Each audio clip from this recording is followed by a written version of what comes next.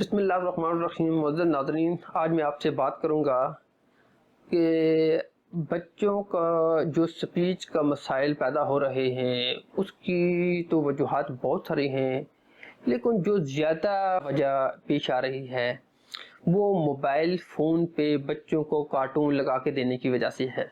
Mobile phone का इस्तेमाल अब इतना आम हो चुका है कि कोई घर ऐसा नहीं होगा जहाँ पर मोबाइल फ़ोन नहीं होगा।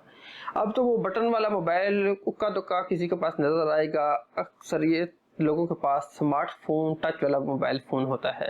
बच्चा जिस वक्त घर में तंग करता है, बच्चा रोता है, तो माँ के लिए बड़ा आसान नुस्खा हाथ आ गया है कि वो बच्चे को मोबाइल पे कार्टून लगा के दे देते हैं, जिसकी वजह से बच्चे के अंदर स्पीच के मसाइल मसलसल के साथ बढ़ रहे हैं।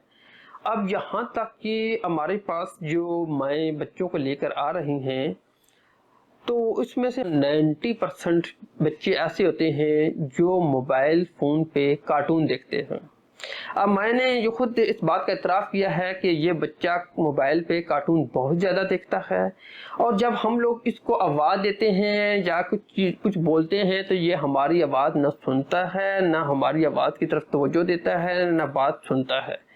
तो जब इसका फेवरेट कार्टून कभी दूसरे कमरे में भी लग जाए या दूसरे कमरे में भी कभी इसको वो उसका मखसूस जो साउंड होता है कार्टून का, तो जब वो लगता है तो ये बच्चा दौड़ के उस कमरे में चला जाता है। ठीक है। अब ऐसे बच्चे हमारे पास तसलसल से आ रहे हैं जिनकी उम्र 2.5 साल से लेकर 4 साल तक है। अब 2.5 साल का बच्चा छोटी छोटी बातें शुरू कर देता है, और इसी तरह 3 साल का, 3.5 साल का, 4 साल का बच्चा तो माशाल्लाह पूरी बात को सुन भी सकता है, समझ भी सकता है और अपनी बात का जवाब भी दे सकता है। अब ऐसे बच्चे तसलसल के साथ आ रहे हैं जो सुनते, जब हम लोग इनका समाज का टेस्ट करते हैं, टेस्ट 100% क्लियर होता है, यानी बिल्कुल रिपोर्ट नॉर्मल होती है, लेकिन इसके बावजूद भी बच्चे वो बातें नहीं कर रहे होते। उसकी वजह यह है कि जिस वक्त कार्टून बच्चे को लगा के दिया जाता है तो वो कार्टून के अंदर का जो मखसूस साउंड है या उसके अंदर जो दिखाए जाने वाले मनाजर हैं, वो बच्चा उन मनाजर में इतना खो जाता है कि जिसकी वजह से बच्चे को दुनिया जान की और कोई खैर खबर नहीं होती कि क्या बार क्या हो रहा है।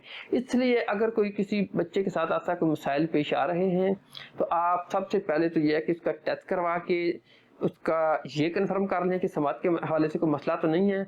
उसके बाद फिर स्पीच थेरेपिस्ट के पास जाना पड़ेगा, और उसके बाद जो सबसे पहला काम जो उसी दिन आपने करना होगा वो ये करना होगा कि बच्चे का मोबाइल फ़ोन छुड़वाना है, यानी बच्चे को मोबाइल फ़ोन से बिल्कुल दूर कर देना है। बच्चा को रोए पीटे जो मर्जी भी करे, लेकिन आपने बच्चे को मोबाइल फ़ोन बिल्कुल नहीं देना, ताकि बच्चा अपनी लाइफ में बेहतर की तरफ आ सके और बच्चा सही तरह बात को समझ सके और बात कर सके। ठीक है।